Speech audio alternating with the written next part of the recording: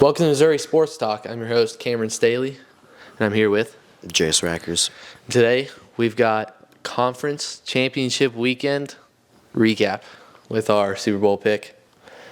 It's nice to have you back beside me. I had a good time with the two interviews, but it's nice to have the familiar face. It's nice to be back. Yep. So, we've got another interview coming on the way before you're back, most likely. We may make a video about the senior night, Blair Oaks senior night. We're recording on Monday. I don't know if it'll be up tonight. Tuesday night is the Blair Oaks senior night, so we may, show some love. So let's jump right into it. All right. We'll start with the 49ers and the Lions. Do you have any thoughts about that game? Nothing other than the Lions choking it. Dan Campbell just, I don't know. He just kept going for fourth down and taking the points, or not taking the points, And, See, I just don't blame Dan Campbell, though. Yeah. He's always been like that all 3 years, but, it ended up being a little unfortunate. Yeah, I was talking to somebody about it, and the second you stop doing what you do, everybody just kind of freaks out. Whenever you go outside of your scheme and game plan, things start to crumble. Even though it didn't work out in the end, I still think it was the right choice to do that. Yeah, and there was 3 fourth downs, maybe a few more that they missed. I know 2 of them, but I think there were 4 or 3. There was one in specific. I think it was a Jahmyr Gibbs run that they're in field goal range, up 24-10. That was the momentum shift. I think the other 2 fourth downs, I was fine with him going for it, but that one, I was like, you're not kicking the field goal, but, I don't know. Yeah, and I think the other 2 were drop passes. I know one of them was really bad by Josh Reynolds. It hit his hands. It just went through. I can't recollect over the last one, but yeah, I don't blame Dan Campbell for it. Right, yeah. So, the players just kind of shut down there at the end of the game, and the 49ers, they seem to want it more there in the second half. Yeah. So one thing that we'll touch going into that game, Chauncey Gardner-Johnson and Deebo Samuel are having some social media beef. Were you following that any? Maybe. Tell me about it.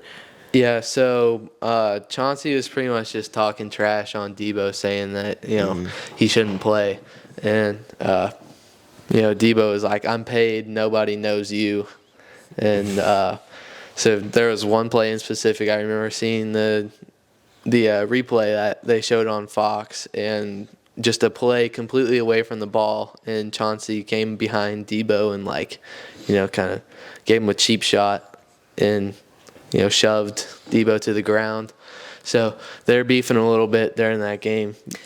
Yeah, CJ has always been like that. But did you see him waving goodbye in the first half?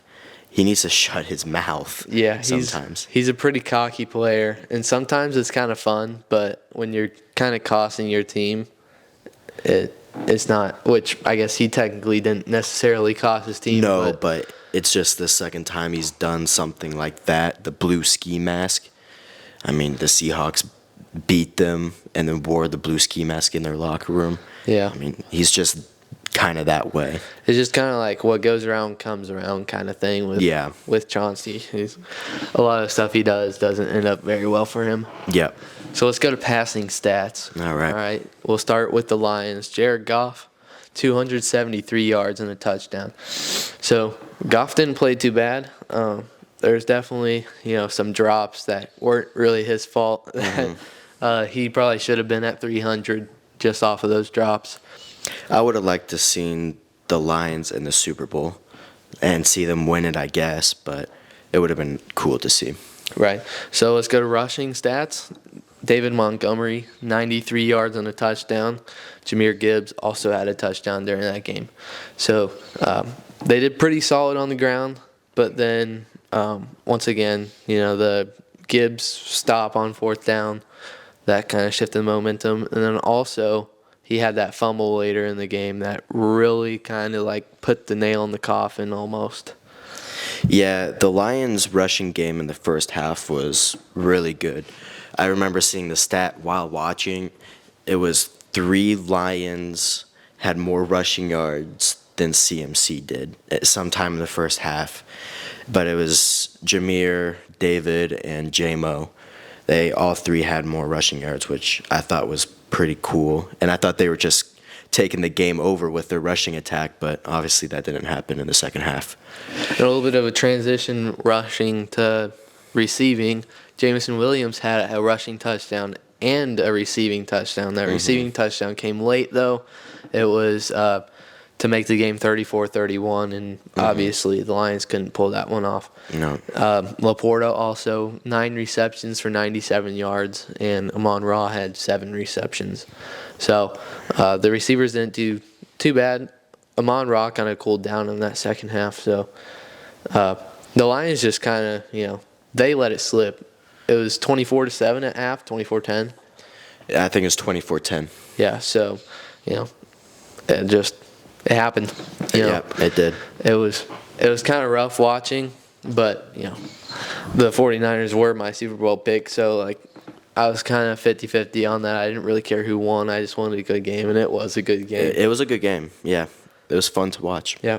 So let's move on to the 49ers now. Purdy, 267 yards, a touchdown, and a pick. Not too bad. I don't remember that interception, though. I don't either. But I don't know why I don't remember when that interception was. It was probably in the first half. Yeah, probably. So now to the ground. CMC, 90 rushing yards and 2 touchdowns. And Elijah Mitchell also had a shorter touchdown. CMC is my MVP, so nothing surprising. It's just, I agree with that. It's just it's so weird how the MVP is just the quarterback award. Yeah, I think everybody is accepting it now that it's a QB-only award. Yeah.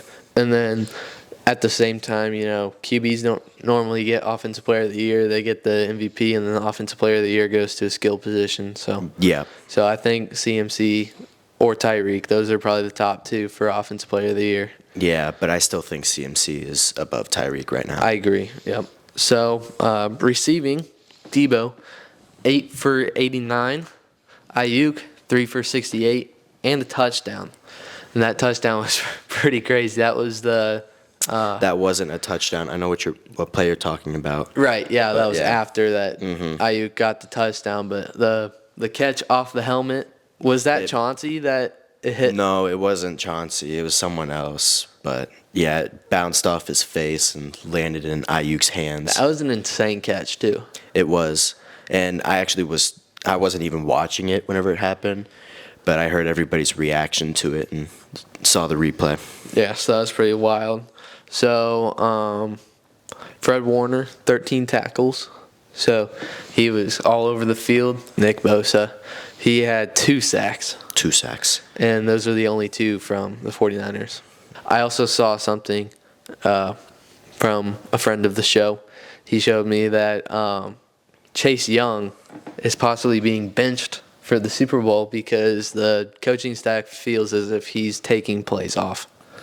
Really? Yeah. So we'll see if that is just a rumor or if we really see Chase Young coming off the bench in the Super Bowl. Huh. I know he hasn't been playing his best ball as of lately, but I don't know. I'd like to see that for myself. Yeah. The Chiefs and the Ravens. This was an interesting game. That was the 2 o'clock Central game. Chiefs ended up winning 17-10. You lost your Super Bowl winner. I did. So, Patrick Mahomes, 30 for 39. He had 241 yards and a touchdown. Patrick Mahomes played really good in this game. He did. I mean, I think they all played good in this game. They didn't have the high-scoring game, but, I mean, they played efficient. And the offense really kind of shut down almost in the second half. They're also playing a really good defense, but, no points in the second half. So that's a bit concerning. That I'm not going to say they got lucky because they won that game, but, they're fortunate that the Ravens offense never picked up in that game. Oh, yeah. I mean, the Ravens had every opportunity to pick up and start something, but they just never did. either fumbles, interceptions, no calls, all sorts of stuff. Yeah, the turnovers were the name of the game for the Ravens. So Yep. Lamar had a fumble there. Say Flowers also on the one to have that touchback. So that was a little rough. The defense played really good. Drew Tranquil, 8 tackles, 4 team sacks, and of course that forced fumble on Lamar. Deion Bush with the interception in the end zone that ended up, kind of sealing it. And that was a really stupid pass from Lamar to. It was, yeah. Triple coverage, so I don't know exactly. Hey, Isaiah likely waved his hand. I don't blame them. Yeah, I don't know exactly what either of them were thinking on that one. Yeah. But so for the Chiefs rushing, Isaiah Pacheco, 68 yards and a touchdown. Not a whole lot of rushing behind that. I know Mahomes had a pretty good rush that kept the drive alive at some point in that game. For receiving, Kelsey had 11 receptions, 116 yards, and a touchdown. Rashee Rice also had 8 receptions, not as good of yardage. But, Mahomes was just dialing it up to those two. Yeah, and Travis Kelsey ended up breaking the playoff reception record, correct? Yep. Yeah, I mean, that's pretty crazy. He went 2 or 3 over Jerry Rice, I believe, to end off that game. So, congrats to Travis for that. That's awesome. Big deal. Yeah. So, also the MVS catch later in the game where he was like falling when he caught it. That was that the play that ended it to start kneeling it out? I believe so. It was. So that was a good catch by MVS. I don't know how many people expected him to catch that. I was not. Everybody held their breath. Yeah. Yeah, for sure. So for the Ravens offense, Lamar, of course, had 272 yards and a touchdown, and of course that pick and fumble. So Lamar struggled in this game. Yeah, he did. I mean, he was forced to pass the ball, and I mean, being in a one-dimensional offense for Lamar just doesn't work. He has to have the ability to do both, and he couldn't. And that's exactly what I was saying last week too in our video.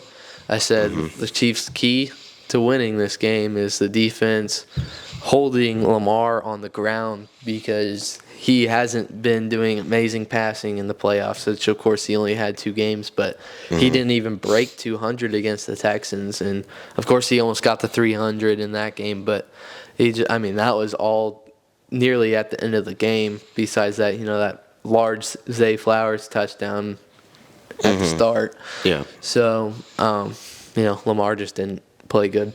No, he didn't.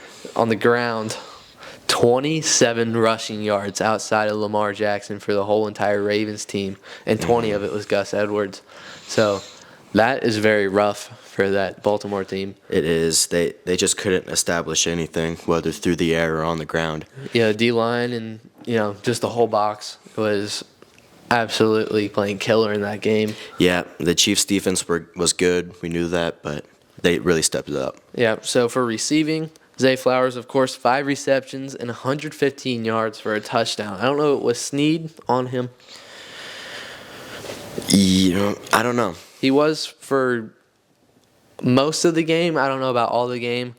I think he allowed that touchdown, though. I think that was the first touchdown allowed this whole entire season. Oh, that's right. That's right. So that's pretty crazy. I don't know if there's a miscommunication on the safety. I know he's been doing a lot of high safety double teams this whole year, which has really helped him lock down. Yeah. Yeah, having that trust with the safety really helps all DBs. Right. So I think that was Snead that allowed that touchdown. Probably, but he also had that. So. He had that forced fumble after Zay Flowers taunted him and pushed him down and spun the ball right beside his head. That was stupid. That was a rookie mistake. Literally, that was. It was a bad mistake, but I mean, it's just weird how they called that, but not Travis Kelce's stuff. I mean, he's pushing and shoving after the play, getting in people's faces. That has to be either taunting or some sort of call. Yeah, he's a veteran of the league. He knew exactly what he could do to push buttons and not get called for it. Yeah. He did it like 3 or 4 times. It's just wild. Yeah, it was starting to piss me off a little bit. I like Travis Kelce, but like seeing him just like even in the pregame too. I was just about to bring that up with Justin Tucker. Threw Justin Tucker's helmet and his balls, and then Mahomes also got in on it, kicking Justin Tucker's holder.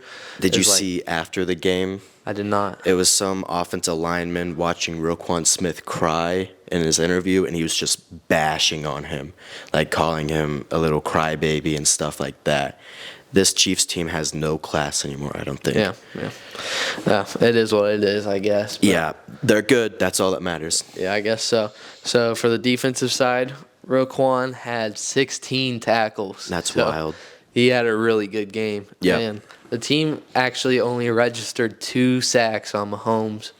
And I think a big play in that game was was it Justin Madubuike that stuck his hand out? Yep. That was after Travis Kelce's taunting or whatever and didn't get called. And then Van Noy headbutted him. Yeah, so he just smacked Patrick Mahomes in the face. Yeah, so that was 2 stupid penalties on the Ravens that were both completely their fault, Yeah, Madubuike, I don't blame him. I probably would have done the same thing. Yeah, no, I wouldn't say it was necessarily dirty, but it wasn't right. No. He knew what he was doing, though. Yeah, I don't know if he exactly meant to punch him in the face, but... he meant to send a message. Yeah, he definitely meant to stick his hand out there. He probably meant to, grab him on the shoulders, yeah. Yeah. Hand to the face. It was a personal foul, correct? I think so. Did they even score off of that? I don't even think that they scored on that drive. That was in the second half. Mm-hmm. So yeah, that was just kind of, obviously that kind of highlights the Chiefs' woes in the second half. Mm-hmm. So, I'm not going to say, once again, as I said earlier, the Chiefs didn't get lucky. They were fortunate that the Ravens were shut down on offense. So now we put the conference championship games behind us. And we talked about the Super Bowl. Yep. What are you thinking about this game? I'm trying to do some reverse psychology. I'm going to bet on the Chiefs now. Because every week that I've bet against them, they've won. You haven't picked the Chiefs a single time yet, have you? Not a single time. I thought they were first-round exits. I chose them for the wild card. I knew they were going to beat the Dolphins, but, played the Bills. They're going to Buffalo. I was like, hey, maybe. I believe I said the Bills by 3, and it ended up being the Chiefs by 3. Mm-hmm. And then they went to Baltimore, and I chose the Ravens by 10, and it ended up being the Chiefs by 7.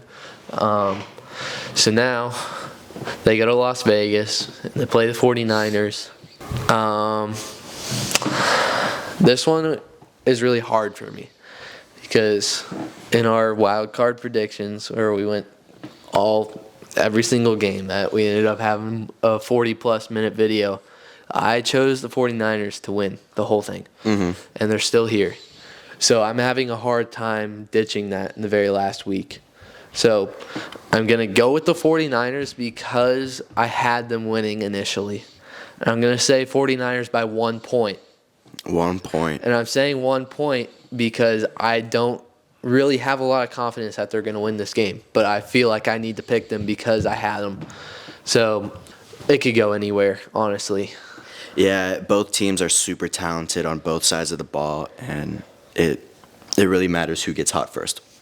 I think, it just depends which defense shows up, honestly. Both these defenses have been top 10 this year. Mm-hmm. And I know Purdy has been doing really good his first 2 years, but he hasn't exactly had the best playoff experience this year. Now, of course, they came back and beat the Lions, but, that first game against the Packers, it was a little rough. The first half was very rough for Purdy. Mm-hmm. In the Lions game, of course. And, the Chiefs defense, this is the best defense that they've had for a very long time. Mm-hmm. Definitely since they've had Mahomes. I don't know who they'll have Snead go against. They've got 4 good receivers, of course. One's a tight end and one's a running back. I'd say they'll probably put Snead on Debo and then have McDuffie on Ayuk. I would probably go vice versa. Really? Yeah. You think? Mm-hmm. Well, I don't know. I think because they've been doing McDuffie in one-on-ones and then having Snead with the safety over the top. So I feel like, although Ayuk is the deep threat, I think Debo is just more dynamic, and I feel like having that double team on Debo will work out a lot more. Yeah, I mean, I don't know. He's more of a receiver. Debo is more of a gadget guy. I mean, they both have their strengths, definitely. But yeah, I haven't watched enough film to know. Yeah, I'm definitely not arguing with you because I could see it either way. Debo probably would be not too bad of a person to one-on-one, so so McDuffie can travel the field with him. But I guess we'll see. Yeah, I think it comes down to who's a better tackler, who's going to be able to tackle Debo if they do come in a one-on-one situation. And of course, something that we need to mention: this is a rematch from Super Bowl 52. Was that 52? I think so. It was in 2020, the 2019-2020 season. I know that much. So that's a rematch of that game. That game was a little weird. I mean, It was. I don't think this game will be as weird. I mean, Jimmy G's not playing in a Super Bowl this time. Yeah, I mean, a couple missed throws cost him the game. So. Yeah. And Jimmy Garoppolo is not a Super Bowl winning quarterback. But No. I could He see is Purdy. behind Tom Brady. Yeah, I could see Purdy as a ring getter, but, Yeah. I don't even know how that 49ers team with Jimmy Garoppolo even got there. I mean, they were a good team. They aren't as good right now, but they were a good team. Yeah. So, we'll see how this game goes, It's just, I think Mahomes is going to play good, of course. Mahomes has been playing really good. Kelsey has picked it back up. I know he had a really rough second half of the season, but he's had a really great playoff run so far. If Rashee Rice keeps playing well, I think that offense will be in good hands. Yeah, it's the perfect time to peak. So what exactly is your score prediction in this game? I'll have KC by 7. And what's your exact score? Let's do an exact score for the Super Bowl. I'll say 27-20. 27-20. It's funny that you say 27 because I also have this Chiefs scoring 27. Oh. And I did say the 49ers by 1. So my prediction is 49ers 28-27. But, okay. I'm not declaring that. I can see the Chiefs winning this game. And I'm not saying they have no chance because, honestly, I'm slightly leaning towards the Chiefs. But as I said, I picked the 49ers. I feel as if I should stay with them. Yeah. So this wasn't exactly the Super Bowl that I wanted or expected.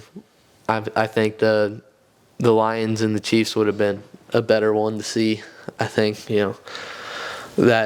that would have been pretty fun to see, where the season started is where the season ends, and see if the Chiefs can get their get back or if the Lions really, just rule. I think Ben Johnson may stay. I know that may shock some people, or, there's probably a lot of viewers that are thinking, who's Ben Johnson? Ben Johnson, the offensive coordinator for the Lions, he's been the number one guy in the, head coaching talks, but with Bill Belichick, Mike Vrabel, both of them still up for grabs with 2 teams left, I feel like those are the guys that are going to fill those slots. Yeah, I really want Ben Johnson to go to the Seahawks. I'm not going to lie. I think if he goes anywhere, it would be Seattle. I don't really see him in Washington. I feel like Washington is just so open right now. I could see Bill going there. I could also see him not wanting to, Rebuild. go to a team that has been horrible for a very long time. Yeah, but I think Ben is a good fit with this huge potential offense in the Seahawks. And with Bill Belichick, there are rumors swirling that he didn't get that Atlanta Falcons job because he wanted too much power. And he was asking, for his GM role that he also had with the Patriots. I think the Commanders, honestly, would be the best place for him to, take a large role. Yeah, I mean, they have nothing to lose. Might as well. I also saw, which we will wrap this video up because we're getting a little off track, but Yeah. we're gonna aim this back to Kansas City now, since that's what everyone's for. lots of rumors about Andy Reid retiring. Also, Travis Kelce. Ooh, I don't see either of them. At least one more year. I think Kelce has 2 more years in him. 2 more years, yeah. Maybe one more good one, and then yeah. I think Andy Reid could retire, honestly. Really? Especially to win the Super Bowl. And that's Yeah. where some of the rumors are swirling, Belichick is available, And like we said, he wants a little too much power, but, Yeah. a lot of people are saying if Reid retires, is Bill the guy? I also think that if Kansas City opens, that slides in Ben Johnson. So That's true. That is really true. Which I guess he isn't, a proven head coach. Mm-hmm. And that's a really good team that you're just giving a first-year head coach to. But I think he'd probably be the best fit out of Vrabes, Belichick, and himself. Yeah, I mean, they're both offensive geniuses, so I could see that. Yeah. That'll wrap it up. Once again, thank you all for watching. This has been Missouri Sports Talk.